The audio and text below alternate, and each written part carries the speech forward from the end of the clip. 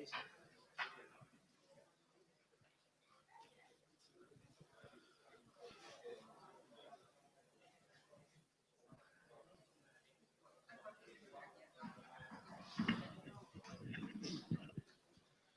Ladies and gentlemen, especially today when we have military personnel here we will not have akateeminen vartti, but we will start at 5 p.m. sharp. I know that pretty many of you have you have sent me emails. I know that's why. Been waiting for this lecture. I think we have two very interesting persons here to give their insights and arguments what is happening in the field of cybersecurity, probably quite a lot from the military perspective, because a lot of issues are happening, as you know. After this lecture, we will have the last lecture of this Aalto University Cybersecurity lecture series of cybersecurity in 3 weeks. So the last one is on 3rd May, and that will be not in this hall, but will be in the Mellin Hall in Otakari number 1, so the main hall here in Aalto University in Otaniemi.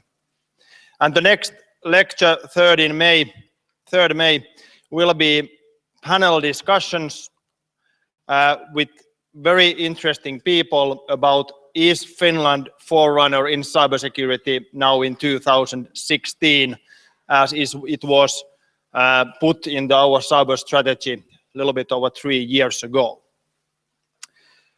But today we will start with no longer speeches. It's my privilege to welcome you to Aalto University and also to Finland. You just came back from Tallinn, and I know that you have been traveling a lot lately and going back to Tallinn this evening. Mr. Sven Sakkov, who is the director of the NATO's Cooperative Cyber Defense Center of Excellence. Mr. Sakkov, floor is yours.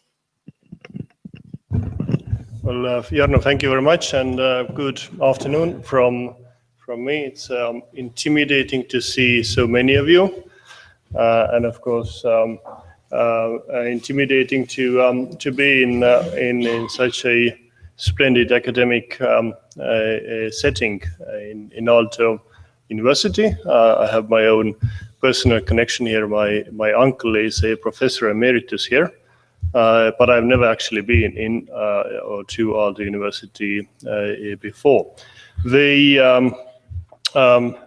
First, some important disclaimers. First is that despite the name NATO CCDCOE, NATO Cyber Defense Center of Excellence, my institution is not part of the NATO structures. We are not part of NATO command structure. I do not speak for NATO. So for any of you here or through streamlining media looking for the news items, NATO representative said this and that, that does not exist. I'm not speaking for NATO. And then the NATO CCDCOE is actually an organization which has been set up by countries. So this is international, small international military organization, and is not directly under NATO. We are accredited and we are affiliated with NATO. We do some work for NATO on request, but we're not part of NATO per se. Some words on my own background. I am quite new in a cyber field. I have been working at the Estonian Ministry of Defense pretty much since my childhood. And the last 7.5 years before last September, when I joined the family at the CCDCOE, the cyber family at CCDCOE, I was a policy director of the Estonian Ministry of Defense, and basically responsible for for NATO and EU policy, international relations, and many other kind of general policy level topics, meaning I'm from a policy background, not a technical background. My basically deep dive into cyber started only last fall. So I'm sure there is so much more technical understanding and talent in this room than myself. Now, starting from a very general observation, and of course, you know, I'm talking about war and peace, what countries do, what states do, role of the military, armed forces, and so forth. I'm not going to talk about cybercrime and many other very relevant, important issues in the cyber world. First is that I think very clearly, and this is no news, that we are at the threshold of a new era when it comes to also war and peace. Maybe we are over that threshold, but anyway, we know that the world is changing underneath our feet. During such kind of times, it is very easy to exaggerate and hype, and also very easy to dismiss and disregard. I think we are a bit in the same stage, maybe, as air as a domain of warfare was 100 years ago in 1916. And people have seen actually that the aircraft was used in war, in the First World War. It was used extensively for reconnaissance, basically for espionage. It was used for dogfights. And actually in 1916, it was a first instance, known instance, when aircraft was used for bombing the ground target. So first time actually when that was used in that capacity. Actually, only 2 years later, in 1918, the General Billy Mitchell, the founder of the United States Air Force, declared the following, and this is probably the only quote I will have this evening. And the quote is, "The day has passed when armies on the ground or navies on the sea can be the arbiter of nations' destiny in war. The main power of defense and the power of initiative against an enemy has passed to the air." End of quote.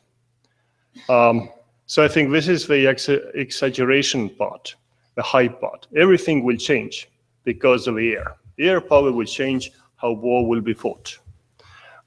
Nothing will be the same again.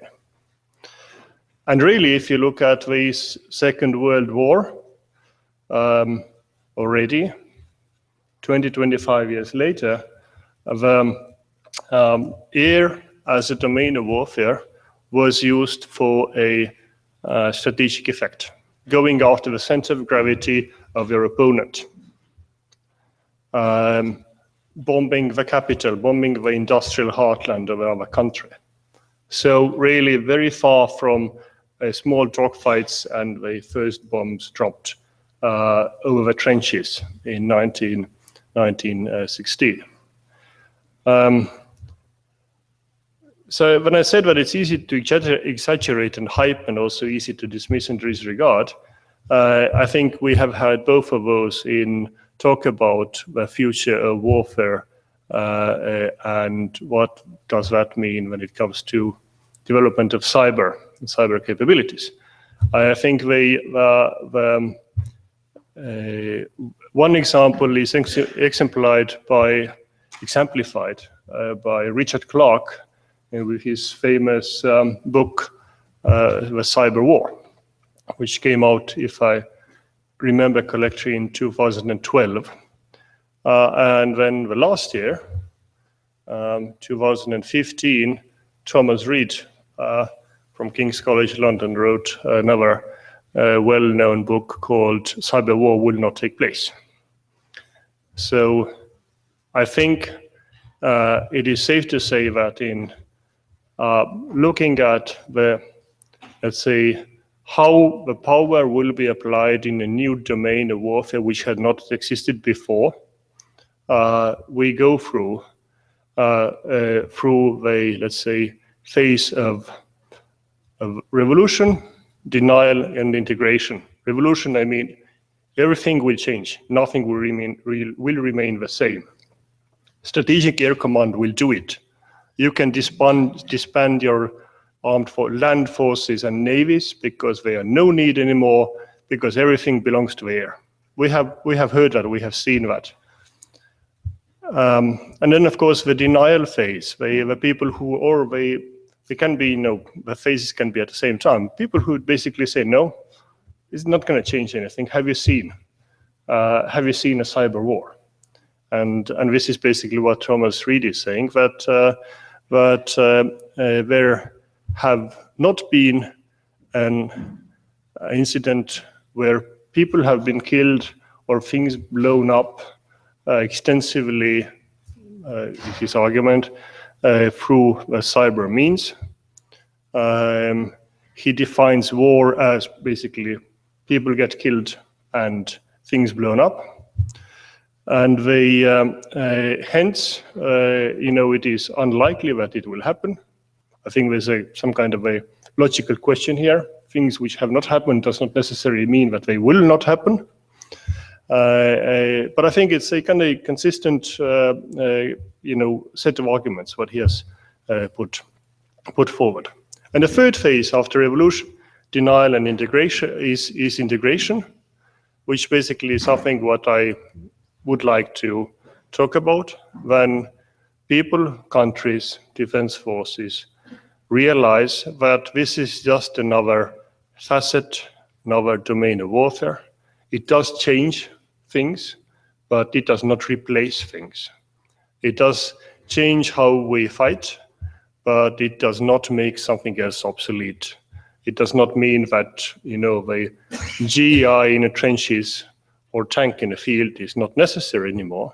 It basically means that there is another domain where countries compete, and if peaceful competition does not work, sometimes fight. Now let's look at what NATO as an organization, as a defense organization, does when it comes to cyber. I have to say, surprisingly, not too much. Surprisingly meaning looking at all the hype which has been surrounding the cyber. Right now, the focus of what NATO does in cyber is defense of its own military networks. And this is basically where NATO's focus is. There are bits and pieces beyond that, but this is basically mostly what we talk about. And then, of course, we have a CCDCOE, which is, as I said, is not part of NATO command structure, so it is quasi-NATO. We are outside of NATO kind of command and authority. We are basically independent organization on our own. At the same time, on other levels, NATO has done some, let's say, or made some quite important, not quite, very important and far-reaching decisions. One is, for example, that at the summit in Wales in September 2014, when it comes to cyber, the heads of state and government of NATO agreed on two big principal things in their declaration or summit communique. One was that they declared that, yes, international law does apply in cyberspace, but this is covered by international law as any other space domain is. And which, by the way, is a vindication of a work done by CCDCOE, but I will come back to to that later when I talk about Tallinn manual. The second big thing what came out from the summit was that heads of state and government of NATO said that cyber attack can trigger Article 5 or a collective defense of NATO. And of course, you might ask how so, because the Article 5 talks about armed attack as something what could trigger Article 5 or collective defense of NATO. I am simplifying a bit, but I will give you an example which might explain it. One day after 9/11, on the 12th of September 2001, North Atlantic Council enacted for the first and until now the last time Article 5, or a collective defense of NATO. After, and this is the simplified part, after a group of civilians took over a civilian vehicle and flew it into a civilian building. And that was deemed as an armed attack, because the result of that attack was akin or the same as if there would have been an armed attack. Even though it was not armed, it was not any army, it was a group of terrorists who did that. By the way, also the decision by North Atlantic Council on 12th of September 2001 also said it was conditional. It said it will declare Article 5 if it becomes clear that the perpetrators of those attacks came from outside of the United States. At that time, it was not certain yet. So actually, when we look at the cyber world, that also means that if attribution is not yet known or sufficiently well known, you can have conditional things of that sort. Now, when I say that NATO's role in cyber has been very kind of minimalistic, there are really, I would say, two institutions who are dealing with that. First, you have NCIRC, NATO Computer Emergency Response Center in Belgium, which is basically the agency which is under the NCIA, NATO agency, and they are basically doing the protection of military networks of NATO's organization. And then we have CCDCOE, the organization based in Tallinn. And that's it, pretty much so. So I think the explanation is due in what we do in Tallinn, because there are, of course, some people in the audience who know that very well. But I would like to use that opportunity anyway to explain it to those people who do not know what we do in detail. As I said, we are accredited by NATO, affiliated by NATO, but we are not NATO. We are rather a research institution, a think tank, knowledge hub, and a training institution, training facility. So what do we do? There are three big things what are worth remembering, what is kind of really our trademark. First being the big exercises, the Locked Shields exercise, which will take place soon this year. And this is, to the best of our knowledge, biggest international technical live fire cyber exercise in the world. Biggest international technical live fire cyber exercise. This year we will be having 20 teams. This is distributed exercise. The blue teams will be in their home countries, and all the rest of exercise staff is in Tallinn. Altogether, a bit less than 600 people involved during the execution of exercise. And this is basically 3 days of live fire. The main training audience are the blue teams.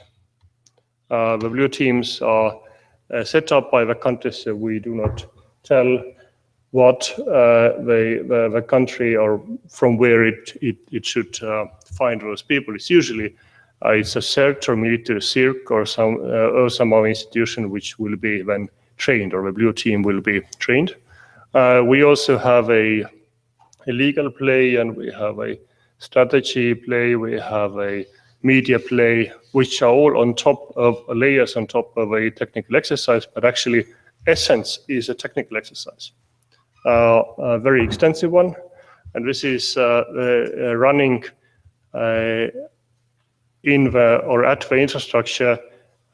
What we have in Tallinn is the Estonian Defence Forces cyber range, which is basically the range the whole exercise is taking place. This is in terms of the biggest effort what we are putting together every year. It's an annual exercise. Second big thing, what is worth remembering is the so-called Tallinn manual process. Tallinn manual process is basically a legal process facilitated by CCDCOE, by which the group of internationally renowned lawyers have been gathered together, and we have been going through existing international law and looking at what of that is applicable in cyberspace, in a cyber conflict among the nations. The result of that was a book published in 2013 called Tallinn Manual. It was published by Cambridge University Press, and I think that is nowadays a manual which is at the table of every legal advisor of every Western government. So I have been told, or so at least I hope it is. The international group of experts were looking at, as I said, only existing law, only lex lata. They were not creating new law. They were basically looking at what from a law of an armed conflict or international humanitarian law does apply in a cyber conflict. So in other words, they were looking at ius ad bellum and ius in bello and seeing what of that is applicable. We came up with a book consisting of 95 black letter rules with extensive commentary,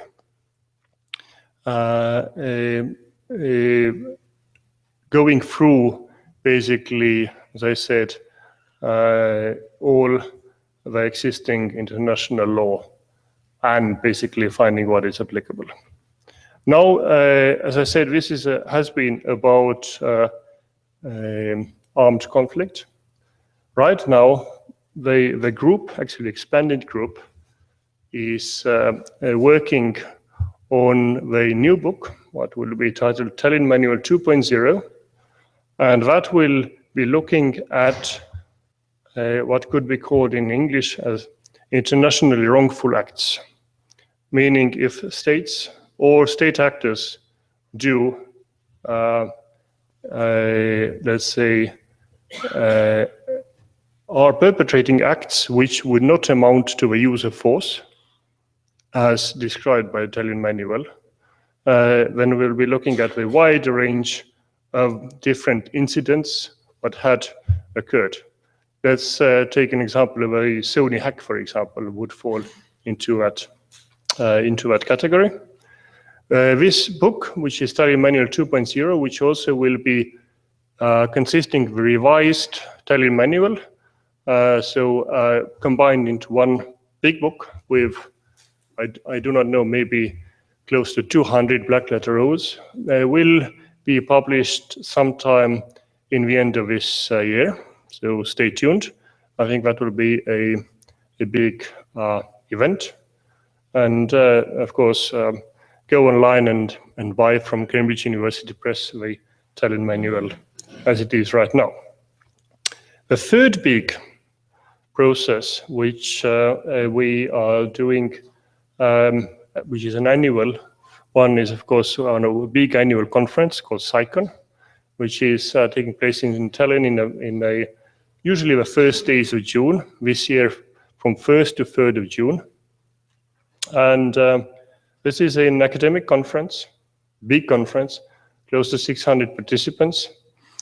And the difference between that and most other conferences is actually that we have techies together with lawyers, together with policy and strategy people. Usually, always different groups tend to gather in different parts of different cities, in different conferences. We have them all together. This is a academic conference. Most of the speakers are selected on the merit of a research. On the papers they produce, we do call for papers. And of course, we have very good keynotes. Last year, the first two keynotes in the conference were presented. Well, the first one was Admiral Rogers from the NSA from the US.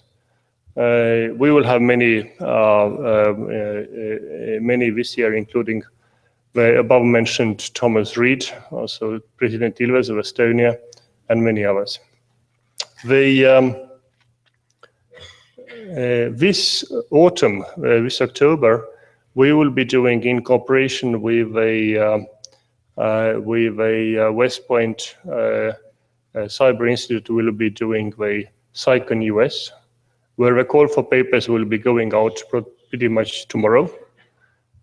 So good researchers among you on different cyber topics. Have a look at also ccdcoe.org webpage. We will be publishing the call for papers there. This is your way to present a paper.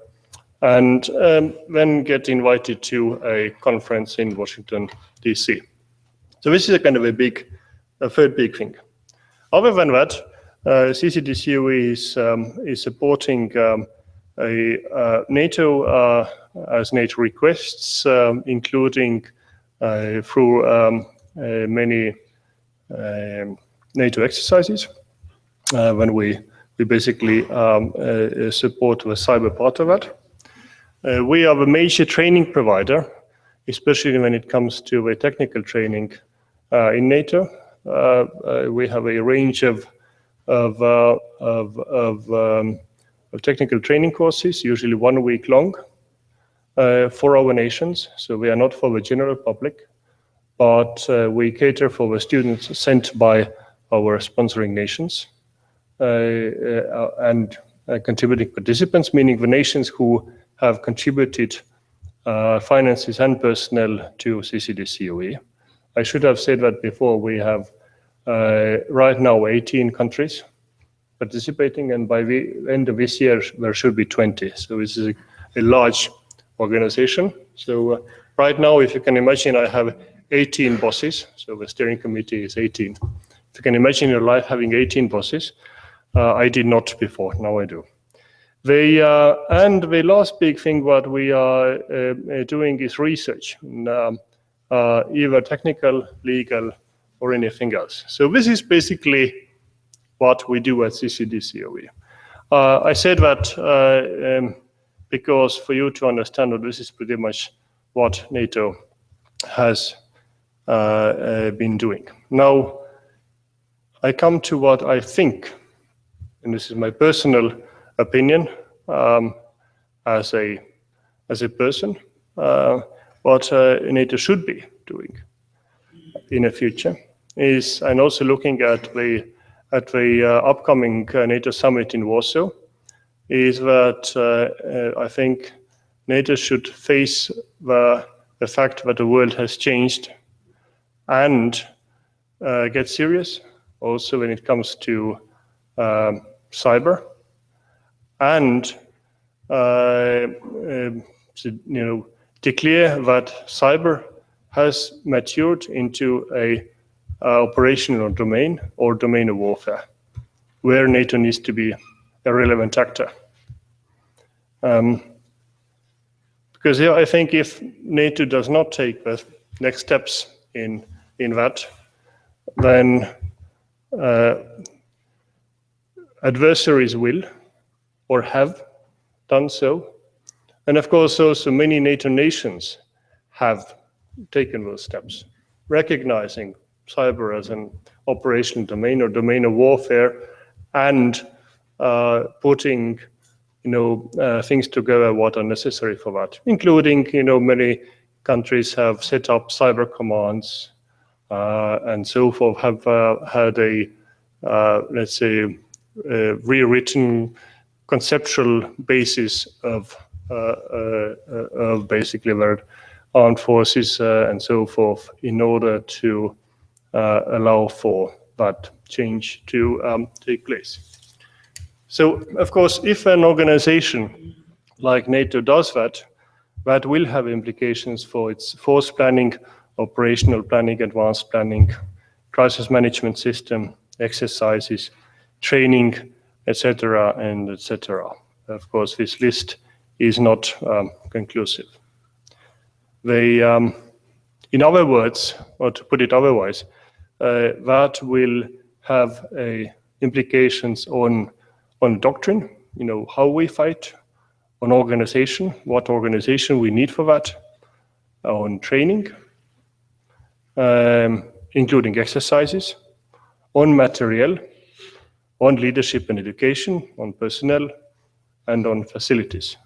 In other words, the military people among the crowd probably realized that I was talking about the most elegant of all NATO abbreviations and acronyms, got DOTMPLF, which is actually, believe me or not, is a real and existing acronym, DOTMLPF, and this is absolutely unpronounceable thing. No one, and I think no one have ever been able to pronounce that, and I cannot remember that. I always have to look it up on basically all the aspects of that. Now there will be, of course, many other implications of that, and I repeat, in order to not be misunderstood, that this is kind of my personal opinion. That it means also changing the mindset of how we approach cyber when it comes to a cyber and warfare. Meaning that we need to move from a information assurance to mission assurance in our mindset when it comes to cyber. NATO, also, of course, the same goes for the EU, and same goes for NATO and EU. It needs to be much better at information sharing among each other, about the threat assessments, about attack vectors and patterns, what countries see. For that, you need to put relevant people together in the same room, preferably having a pint of beer or a glass of wine after hours, because that does, generate trust. You cannot generate trust through let's say, faceless technological sharing platform where you can actually, there are some around where the malware patterns are shared, but if it does not have faces behind it, people do not necessarily trust them.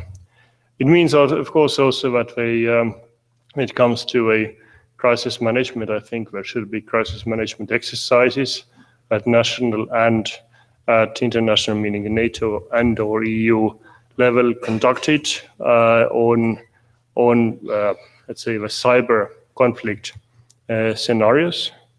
I think we could envisage a much better cooperation among the countries inside the organizations, both NATO and EU, when it comes to a attribution, meaning calling out, declaring who has been behind something. And of course, for organization, of course, that needs also to have some repercussions, what to do about that.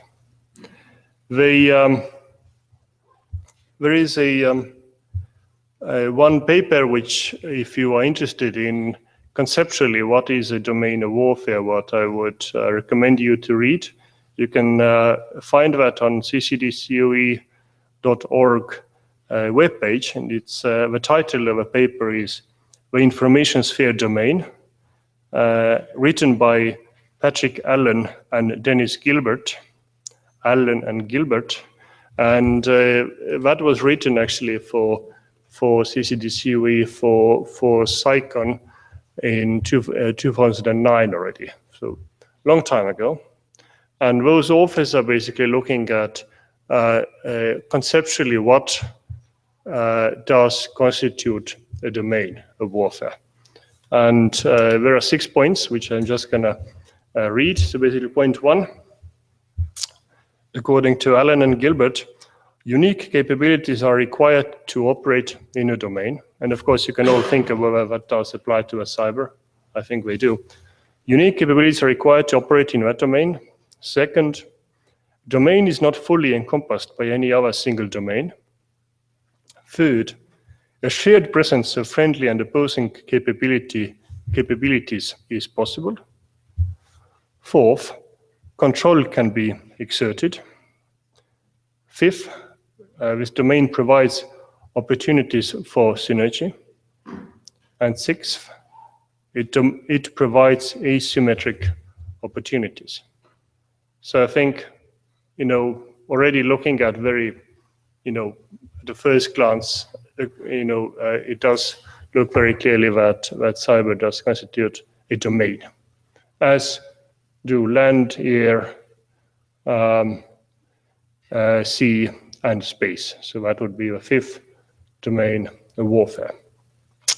I will limit myself here in order to leave time for questions and answers.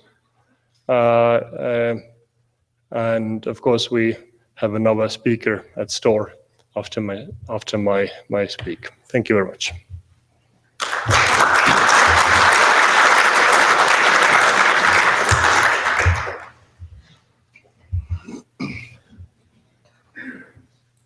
Thank you very much, Sven Sakkov. Many interesting points you raised up. I think one question that many people in this lecture hall and also online would like to ask you, especially when we are talking about the NATO summit in Warsaw in the beginning of July, and you raised up interesting points, the cooperation deepening in it between the NATO countries and cooperation within the center of the excellence that you are presenting. Now, as we know, Finland is not part of NATO, but Finland is part of this cyber domain. So how you see this cooperation in the field of cyber between NATO, Finland, and especially between the cooperative cyber defense center of excellence? Well, thank you first. Yes, I'm very glad that Finland is one of the nations who have set up the center, has provided two excellent people to us. One is sitting in this hallway, in this hall. I think this is something what I hope will continue. Finland, nevertheless, is even though it's not part of NATO, which I hope good Finnish people would rectify that mistake soon, is part of the European Union. And that, of course, gives a whole plethora of ways to cooperate, including also with NATO CCDCOE. in terms of some things what I already discussed, and really the cyber is, I mean, in its technical core, has nothing to do with NATO or EU or any other institution. This is kind of universal. I hope there will be more, let's say, crossbreeding between NATO and EU in terms of a increased NATO-EU cooperation.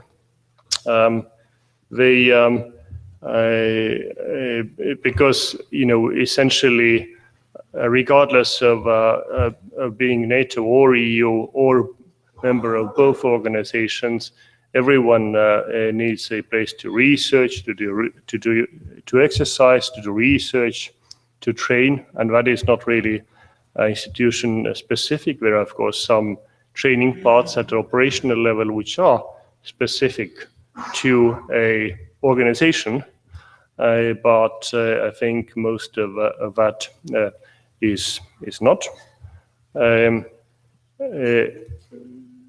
Finland is actually in full swing in cooperation with NATO in many other aspects, also including cyber. So I think there would be also expansion of that in the future. Thank you very much. Personally, I would like to ask you another question, because I think it was pretty new phase last week when we heard openly from the defense minister of the Ashton Carter in the United States saying openly that that was the first time that he was giving last week a wartime assignment for the cyber command in order to conduct offensive cyber activities against the ISIS, the terrorist organization. What are your thoughts on this, that nowadays states are starting openly declaring that, okay, now we are conducting offensive cyber activities as part of our other activities in the battlefield? I think eventually that is something what in my trilogy of revolution, denial, and integration should be part of a integration phase, meaning that this is not something so extraordinary. Why should it? If there are some effects on the battleground what could be reached by different means than kinetic, you have ability to use them, then you know, this seems quite logical. Also, bearing in mind that in such cases, quite often it can actually spare many lives and material, let's say, infrastructure, when you are not dropping bombs on people or facilities.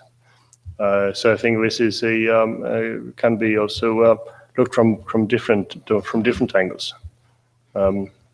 So I think this is significant. This is, I think, a realization of what, let's say, I've been trying to argue, which is we should not treat that somehow conceptually different than the rest of the world.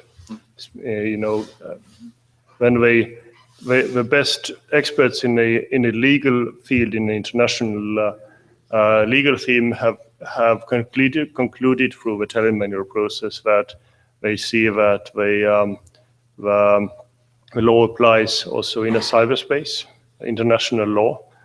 Again, you know, this is, you know, not something outside of our life. This is part of the same, the same, you know, domains where other parts of a warfare are taking place. So I would say that we should kind of, I don't know, demystify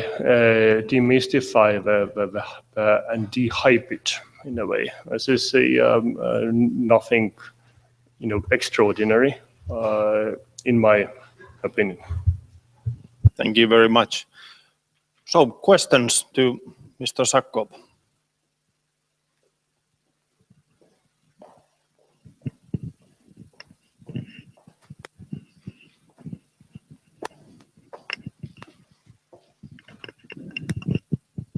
Yes, thank you. You mentioned that there was quite little cooperation between NATO countries or NATO in the cyber domain.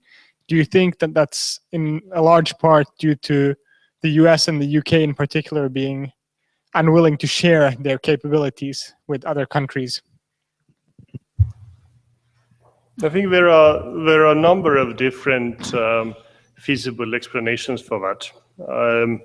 The countries, yes, are at the different level of sophistication, preparation of that.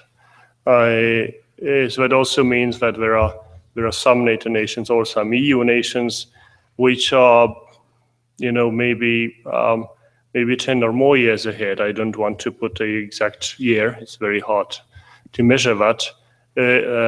Behind others. There are, I think, as always in many other issues, you can think of issues of a burden sharing, for example. So if, whether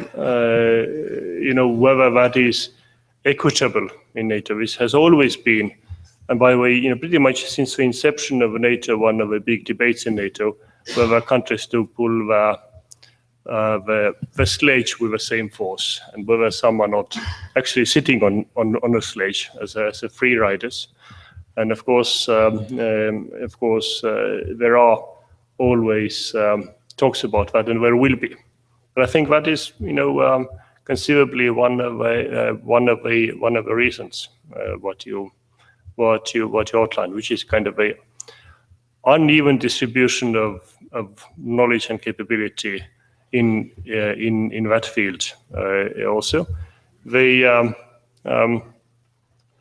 but I hope it will change.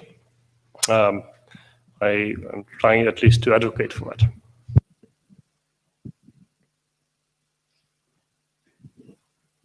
Any other questions or comments?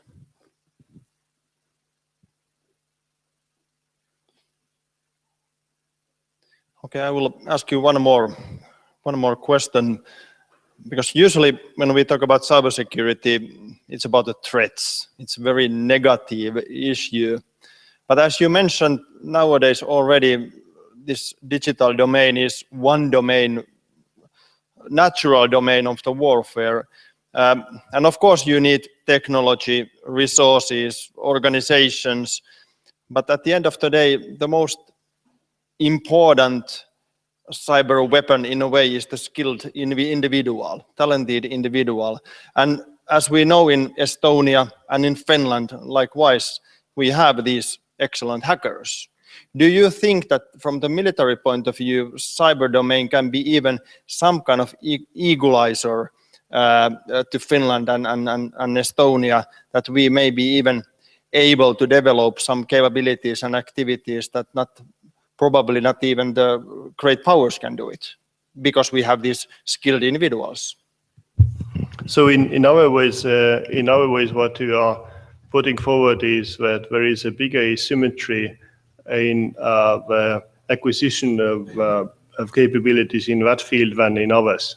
Let's say acquiring capabilities which have a strategic reach or strategic effect. I think this is very clearly could be looked at that. And actually, since coming from Estonia, which is one of a few countries where we have still conscription, coming to speak in Finland, which is one of another few countries which still has conscription as a basis of its armed forces. My question actually would be for Finland, the same goes for Estonia, is that when do we actually see basically conscripts which would be in a cyber force, but will be have a cyber force at par, at the same level you would have with Army, Navy, and Air Force, and you have cyber force. Which would also, by the way, give an opportunity for many of those people who would otherwise get a medical ticket out of a conscription service, but would be really excellent in writing a code.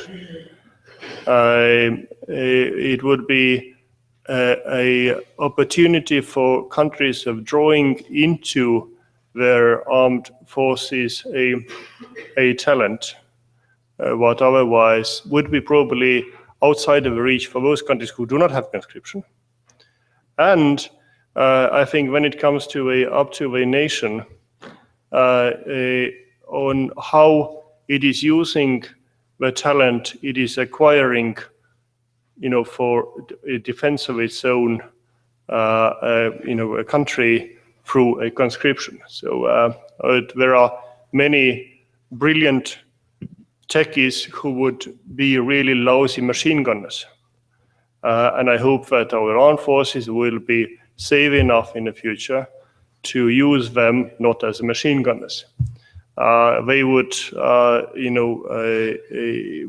and basically when we talk about a separate service, I mean a separate service with its own career path, with its own schools and so forth. If we talk about domain, this is one of the logical conclusions of that.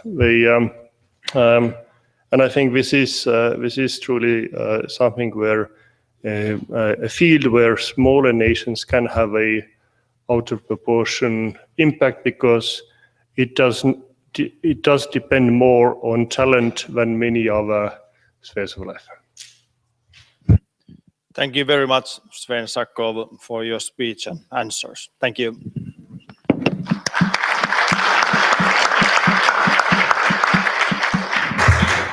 I have one more announcement, which is basically from this category of Monty Python, and now for completely something different, or now for something completely different.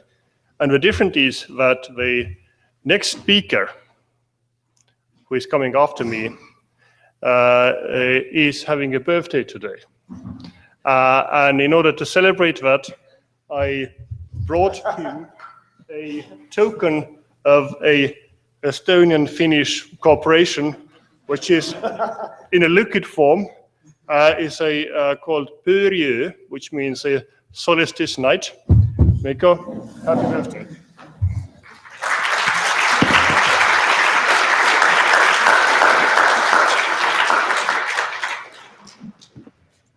I call this cooperation.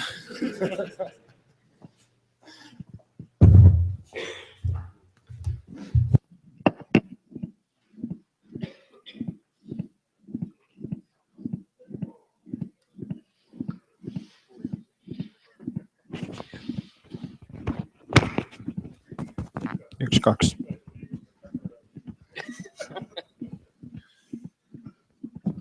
That's fine.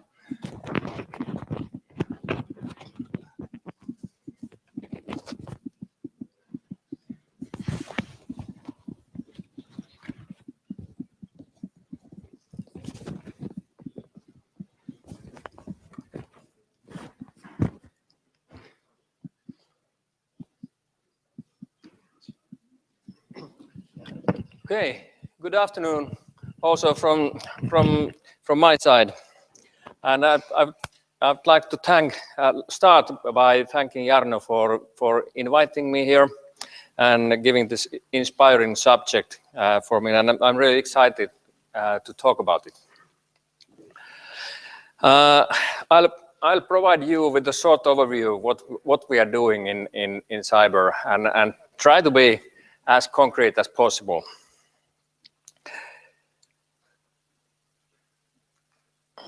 And these are the topics I'll be covering. I'll start by explaining from our perspective what's the difference between cyber defense and cyber security, because those are not synonyms. I'll talk to you about the national cooperation and international cooperation, and in the end I'll draw some conclusions and do the summary. And about cyber defense, we have been exercising cyber defense since the late 1990s. So cyber defense as such is not really a new issue for us. It was mentioned already in a publication in 1998 called Digital Battlefield. Of course, it was written in Finnish at those times. During those times, we were really looking at only from, let's say, from the defensive side, but that's not the case anymore. But like I mentioned, cyber defense is not the same as cyber security, and for us it's the military aspect of that, and as such it is a subset of the wider team which has been discussed during this spring session.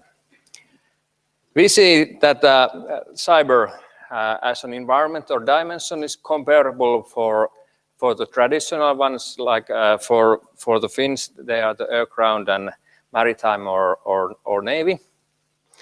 But it differs from one perspective, that is the role of the defense forces. In the traditional domains, the defense forces are doing the surveillance and also protecting our airspace and territory and our waters as well. But that's not the case in the cyberspace. But one issue what I would like to point out here is already that we see in the Finnish Defence Forces that this is a cost-effective possibility for technologically advanced nations to strengthen the national defense, and it would be a crime not to take that into account. In the lower part of the slides are the focus points, what we are doing right now. We have just issued a cyber defense concept. Unfortunately, it's a classified document, so I'm not really going into details about that. We are doing a lot of exercises and training. I'll cover those later on in detail. And we are doing our share in the situational awareness, both in, let's say, within the defense forces and supporting other relevant bodies who are also doing that. And our role really is not to create the situational picture for our nation. That role, from my perspective, should belong to the Prime Minister's office. We are doing research and development for the capabilities. I'll cover those as well later on. And we are using the same model that Sven was referring to, the .mlf PFII. We have established the National Cryptographic Laboratory. I'll cover that a little bit later on as well. But I will emphasize the national and international cooperation, and I'll cover that in detail later on as well. Like everything, what the Finnish Defence Forces is doing is based on law, and our tasks based on law start and come in this direction. So everything what we are doing and developing must suit national defense. That's always the first task, and all the other ones are kind of supporting tasks. The other one is supporting other authorities, and the third one is the international crisis management. And our aim is to create one set of military capabilities which suits all the three tasks.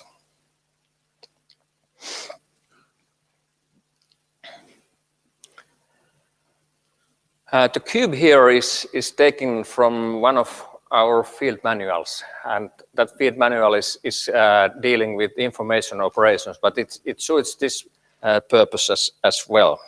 And it shows how cyber is defined as a domain and how it's interconnected to other domains. In our case, all the other domains rely heavily on cyber capabilities. You cannot imagine a modern airplane without cyber related capabilities. So in our case, cyber has direct or indirect effects to the physical world and also to the informational and cognitive dimension. That is the minds and the hearts of the people. This doesn't mean that cyber is a synonym to information warfare, so don't go into that direction. Nor does it mean that cyber is solely a subset of information warfare. That is how we saw cyber warfare almost 20 years ago in the 1990s. What we see is that cyber is simultaneously a domain of its own and tightly interacting with the traditional domains of warfare like air, ground, maritime, and space. And because cyber is a domain, it contains all traditional ways of or functions of warfare as well, such as defense, attack, counterattack, intelligence, deception, and etc. But because of this interaction with other domains, we don't, at least currently, see that that cyber should be let's say, branch of service of its own compared to the traditional ones. At least not yet. We are not there at the moment. So we are not planning to create a cyber command to Finland.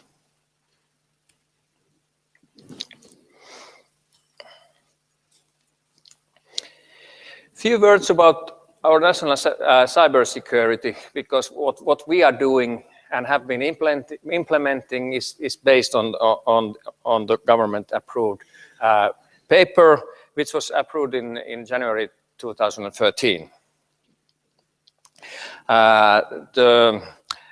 The strategy was preceded by a comprehensive preliminary study in which we were comparing other strategies around the globe. From March 2014, different authorities with different kinds of emphasis have been drafting and implementing cybersecurity action plans within their own respective areas of responsibility.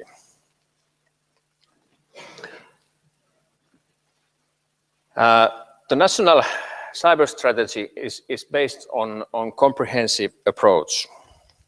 And I would argue that this really requires team spirit, because nobody has the clear lead or responsibility in developing national cyber capability. And this is my only personal opinion, what I'm saying during my lecture is that I see that the strategy as such is still very much valid, but the implementation needs some improvement, to put it mildly.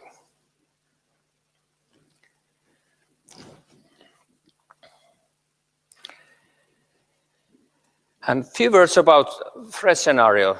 Not that I would like to scare you in any ways, but I show this one because I would like to emphasize the role of individuals in cyber defense and security. In my opinion, and in our opinion from Finnish Defence Forces, smart, knowledgeable and trained individuals form the foundation for a secure society and defense as well. In addition, cyber defense requires discipline and compliance, and these can only be achieved through training and education. Highlighted in blue is the role of the defense forces in the national cyber strategy, and our focus is really in cyber operations. So we, like I said in the beginning, we are not responsible for defending the nation in the same way that we do in the traditional domains of warfare. So our focus is really in the state-sponsored threats, and all the other threats are tackled by other organizations, and which is mainly by the police. And I mentioned the role of individuals in the cyber defense and security, and because of the importance of the roles of conscripts, we started last year piloting the basic training for everybody. We also started the special cyber defense education for certain amounts of conscripts who already have the civilian education or expertise with cyber-related issues. The selection of special service conscripts is executed with an evaluation test called Cyber Challenge, which I recommend everybody here in the audience or in the web to try, if you really can pass it. It's relatively challenging, I would say. The Cyber Challenge was created together with Finnish industry, and it's used also by the same industries when they are hiring people for cyber related positions. And during the cyber security training for conscripts, the Finnish companies have taken part into some working groups and workshops where the training program was really established. Few words about the content of the basic training, what we are educating. We start by definition and terms, so really the basics. Then we move into understanding the threat scenarios and threats from an individual perspective. That's the beginning, and that's done during the basic training period. Later on in the training, we are moving on to service-specific cybersecurity. Service it's a military term for air, land forces, or the army and the navy. And after the service-specific cybersecurity basics are taught, then we move into operating in the service or branch-specific environment under cyber threat. And the branch of service is something like artillery and signals or infantry and so on. We are exercising or training them their resilience. So, for instance, what to do if you cannot communicate with your usual means. And of course, we educate those who are in leadership positions, the leadership roles also in the cyber domain for those who serve as leaders. Annually, we are educating 25,000 people in the system. So gradually we are doing what should have been educated by the schools or kindergarten from our perspective.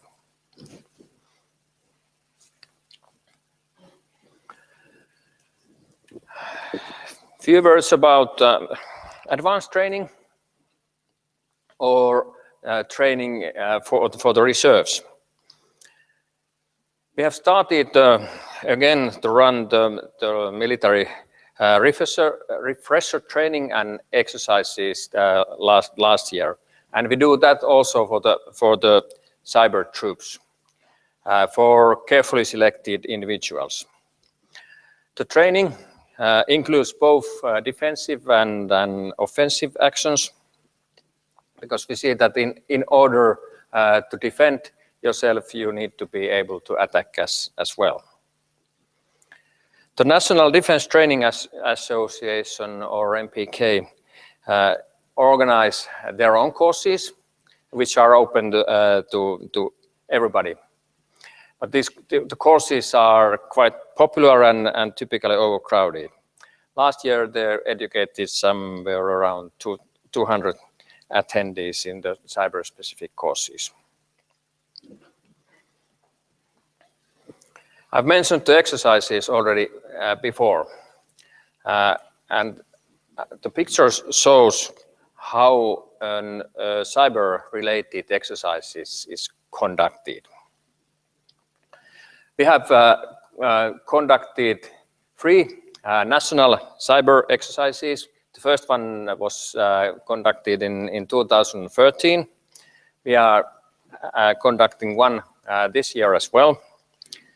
These are led by the director of the Finnish Defence Forces C5 agency, which means that I'm personally directing 2 out of the 3 exercises taking part so far. And altogether, we have had somewhere around, let's say, 200 to 400 people participating into the exercises in the past. And the participants are coming from different government authorities, industry, academia, and so on. The exercises are mainly focusing on processes like information sharing and creating a common situational awareness, but also the handling contingencies. And about the picture itself, I'll briefly go through the roles of the different teams. The white team is the exercise control, which is also doing the game management.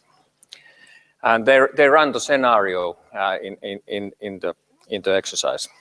They control all the different feeds for the other teams, and the feeds are things like incidents, attacks, media from, let's say, from websites and social media. For instance, 2014 we created a zero-day vulnerability and infiltrated that to the game, and let's say announced that to the National Cybersecurity Center after the exercise. So we are really exercising with real issues here. The red team is doing the attacks, or which may be from, let's say, different kinds. The green team is running the environment, so the environment is isolated. Based on the national law, we can't really use the malicious codes in the open internet. The blue teams are the actual participants of the exercise, and they came from different bodies or user communities.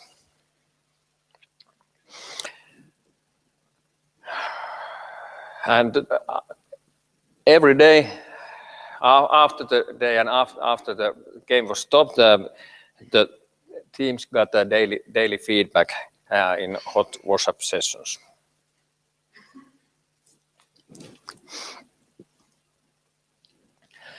Some words about the cyber research and Crypto Lab. Like I mentioned, the Crypto Lab was established in 2014. The cyber research has been one of the focus areas already for 20 years, and we have been quite successful in let's say, many issues in there. And the research includes both the vulnerability issues and malware analysis. We are not doing it only in the Defense Forces research establishment. We are quite widely cooperating, especially with academia, also with some industries in this. And we are also doing international cooperation with both with multinational organizations and bilaterally with some other nations.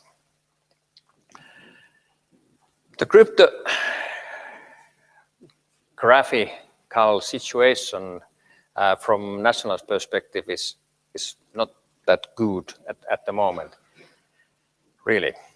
But our goal as a nation is to become or to gain an aqua status by 2021, and that seems achievable at the moment. We are also conducting annual crypto seminars by the Crypto Lab. So if anyone of you is really good in mathematics, I would really recommend that you would go and study cryptography.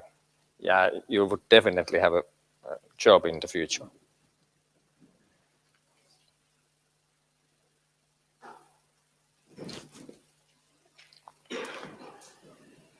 Some words about the national cooperation. I would say that the cooperation with industry, academia, and other authorities form the second layer on top of the individuals, which I explained earlier in my presentation. And the wide national cooperation is also the fact that what makes our national cybersecurity strategy or model quite unique in the world for cybersecurity. And the model as such and cooperation model has potential to make Finland a true cyber nation in the future. Academia has produced a lot of spin-offs, startups and ventures from different R&D programs in the past. From our perspective, these have sometimes been even too successful because the companies have been bought by other companies from the market later on. The role of the Cybersecurity Center is worth mentioning because it's the body who currently creates the national cyber security or awareness picture. And it's also responsible for sharing of information within the society. We participate into the creation of the situational awareness and also part of the information sharing, but we are not responsible for that. From our perspective, the interagency cooperation is crucially important, especially in forensics and in detecting and analyzing advanced persistent threats. About multinational cooperation, like you all know, cyber doesn't recognize international borders, and this is one of the reasons why we believe in wide and diverse international cooperation. And here are some examples of multinational organizations and cooperation areas with them. And the cooperation areas in this context are the emergency response team, research and development, sharing of best practices and exercises. I will cover the exercises we have been participating in later on. And not only because Sven was preceding me with his briefing, but it is also noteworthy that we are really contributing to the cooperative cyber defense center of excellence as well. Like Sven mentioned, we have sent 2 experts working there. Harry is in the audience. So we really want to contribute to the important work conducted by the center. And especially from our perspective, we are focusing on research and education. Like we heard, the center is doing much more. These are some examples of the exercise, international exercises, what we have participated in. We started the international exercises in 2005. I don't want to mention the exercise with that, or the nature of the exercise with that, what that was, but nevertheless, so we have been doing this for more than 10 years already.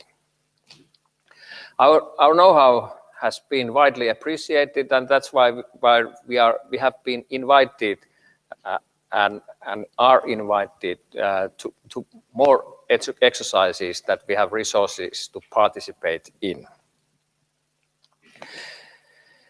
We have actively contributed several times into the Locked Seals exercise and will participate to the Cyber Coalition as well. We are also grateful for the opportunity to participate into the CMX 16 and including the cyber defense portion of that. This year we are also participating to the exercise Baltic Ghost and continue bilateral exercises with some other nations. And the teams from Finland have played in all different roles I explained earlier in the overall exercise scenario. And I'd like to mention that these are only examples of the exercises or of the international exercises we have participated in. Personally, I'm not really a great fan of rankings, but I showed this because the ranking is mentioned in the National Cyber Strategy. From my perspective, to be a global forerunner in cyber defense is irrelevant from military perspective. Cyber defense is really not a beauty contest. Our performance would be measured in an armed crisis of which we try to avoid by the capability building and credible defense.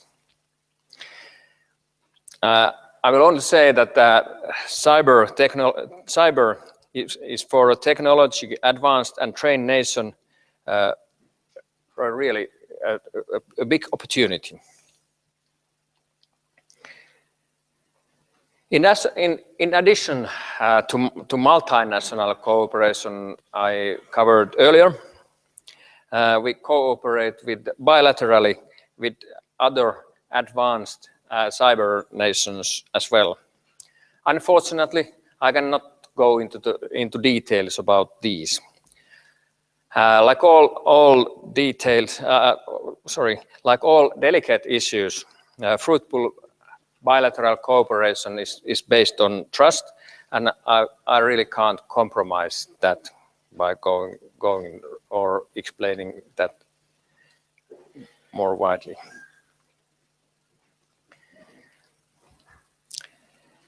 Like I have explained, we have networked quite widely, and we have been doing it to create research and development, knowledge exchange, capability development, cyber training and education, cyber facilities like ranges, multinational projects, certification and standards, and to create situational awareness.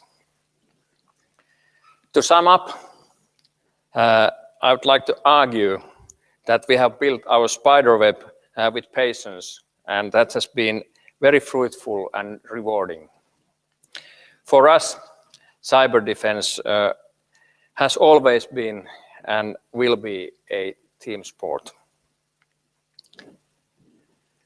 And with these words, I will rest my case.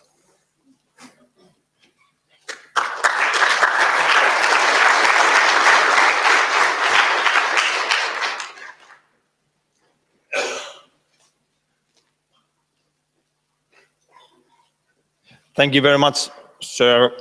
So Mikko Heiskanen is Chief of C5 here in Finland in Finnish Defense Forces. And in Finnish, the title is Johtamisjärjestelmäpäällikkö. Actually, I have two questions for you.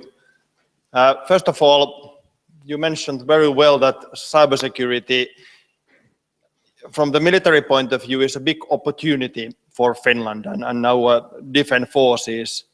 And you presented it very well, the opportunities that the defense forces and maanpuolustuskoulutus and others are offering to Finnish people, to these most valuable asset, talented individuals. So actually, my question is that what is your main message to these talented individuals who have not yet done their conscription, are thinking about that, okay, maybe I could be one of those cyber soldiers in Finnish defense forces. And on the other hand, what is your message to these reservists who has already done their service but want to give their expertise to the Finnish societies that they can use it? I'll start by the people who have not really yet done their military service. That please be an ethical hacker. That's you asked my main message.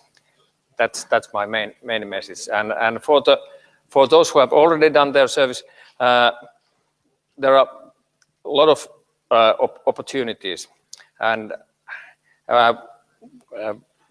we are creating a cyber defense battalion in the future, and those who have done their military service know that the battalion is roughly around 1,000 people, but we are recruiting people to that quite gradually, and we need to be patient in that. So we cannot really, let's say, if you received your letter, for instance, last year, don't expect a letter to come into your mailbox quite soon.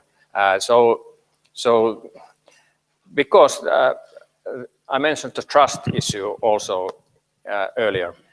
So the best way to be recruited in the battalion is to know another person who has already been recruited, and that, or a couple of other people in there, and that's the way you could be selected to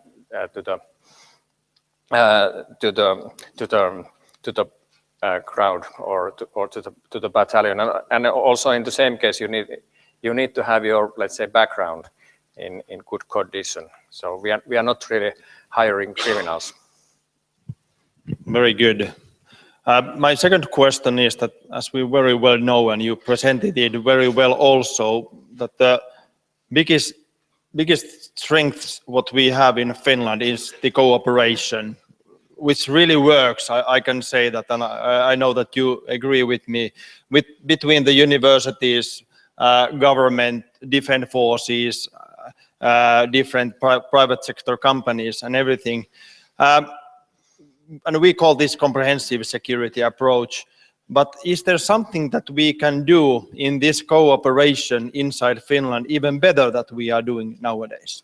Yes, I would say that like all the actions in mankind, leadership is needed, and that's non-existent at the moment.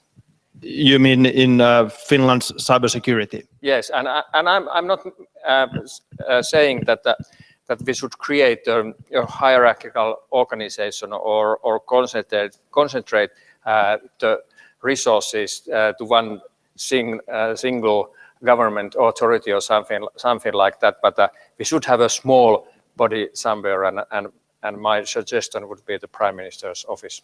Okay, very good, very good. Questions, comments?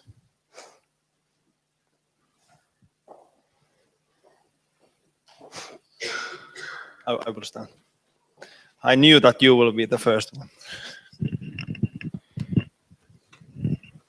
Thank you.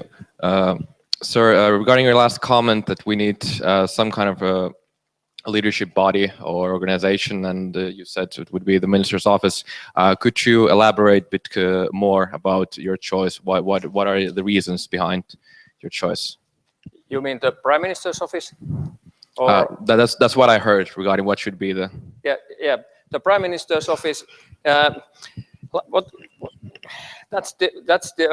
If I look it from the governmental perspective, that's the let's say the highest body what we are having nationally.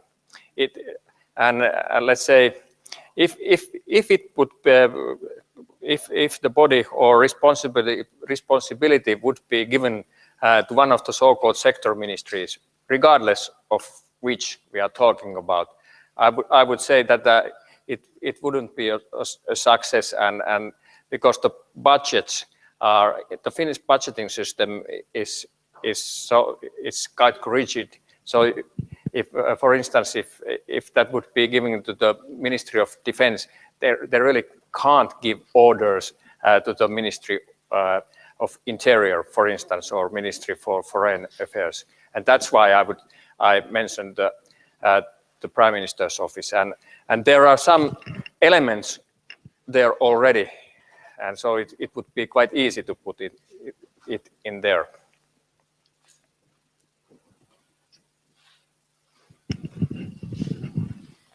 Thank you. How do we know that the present Finnish cybersecurity strategy is efficient? How do we know that it's efficient? Based on, let's say, I hate the word ranking, but I would divide the question into two.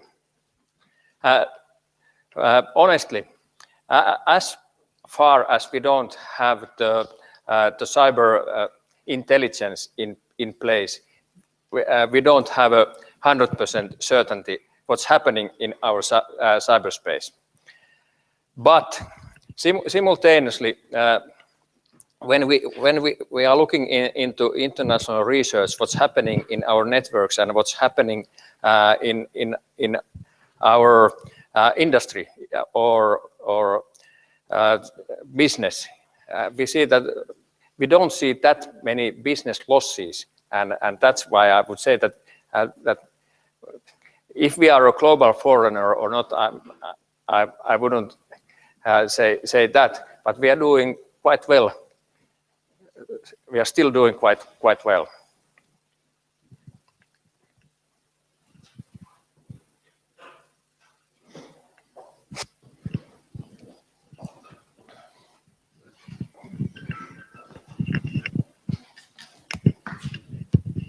Göran Schultz. My congratulations to the work you're doing. I hope you will be successful. My question is, what do you think the cyber environment will look like after a 9/11 size event?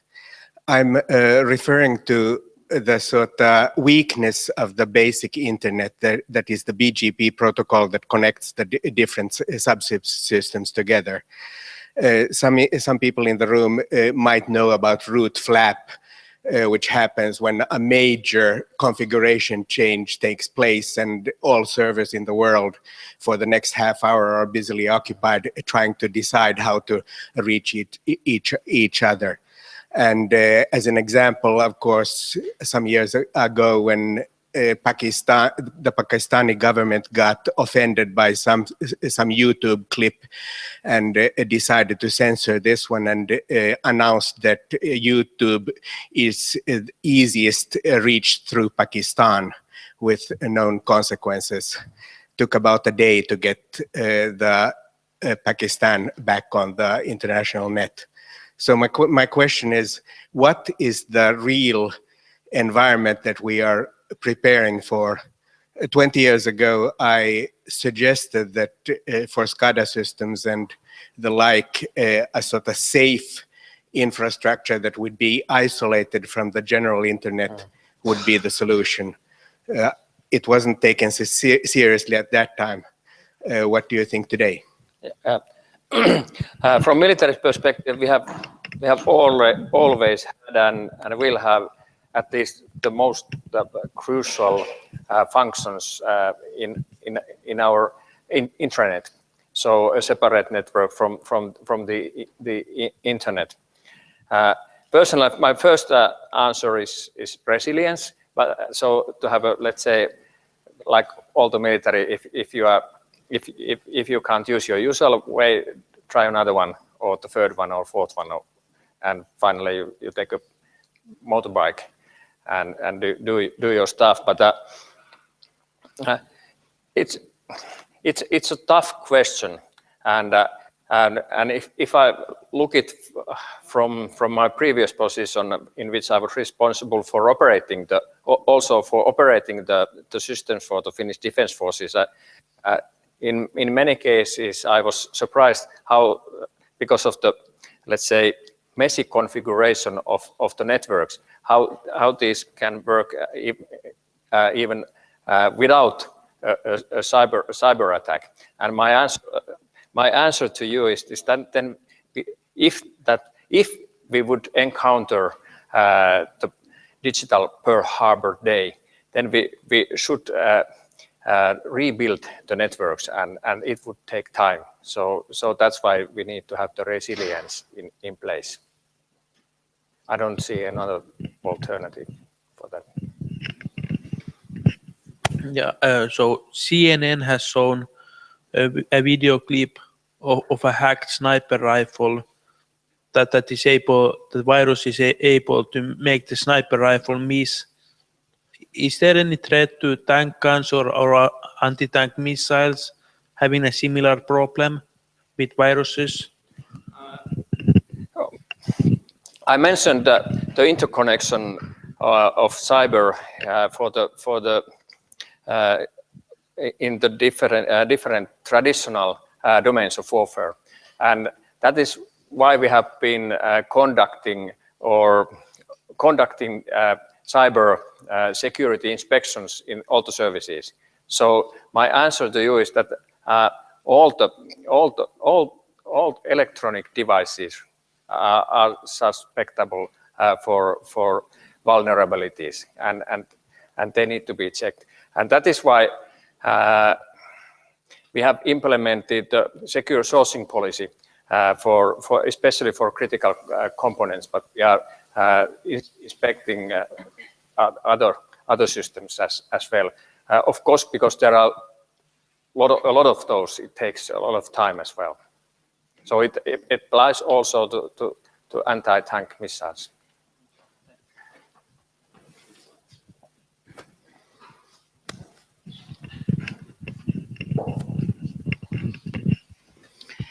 The military history is full of examples when the generals have been planning to fight the next war using the strategy and tactics of the last war. Is this still the case? Maybe I'm not the right person to answer this, but my answer to you is that when I started as a researcher for cyber-related issues, I was as a major. So hopefully I've matured and I'm relying, let's say, to the next generation and listening what they have to say. So you have to be open-minded. So generals might be doing that, but let's say we have hope in the youth.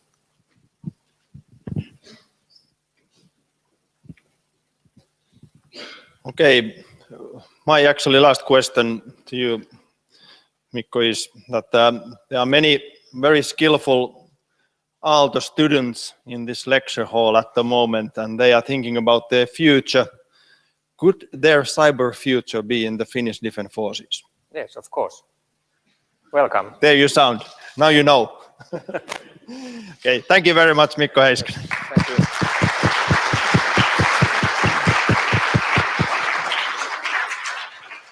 And thank you for this evening. We will continue with the last lecture after 3 weeks in Mellin Lecture Hall in the Otakari #1.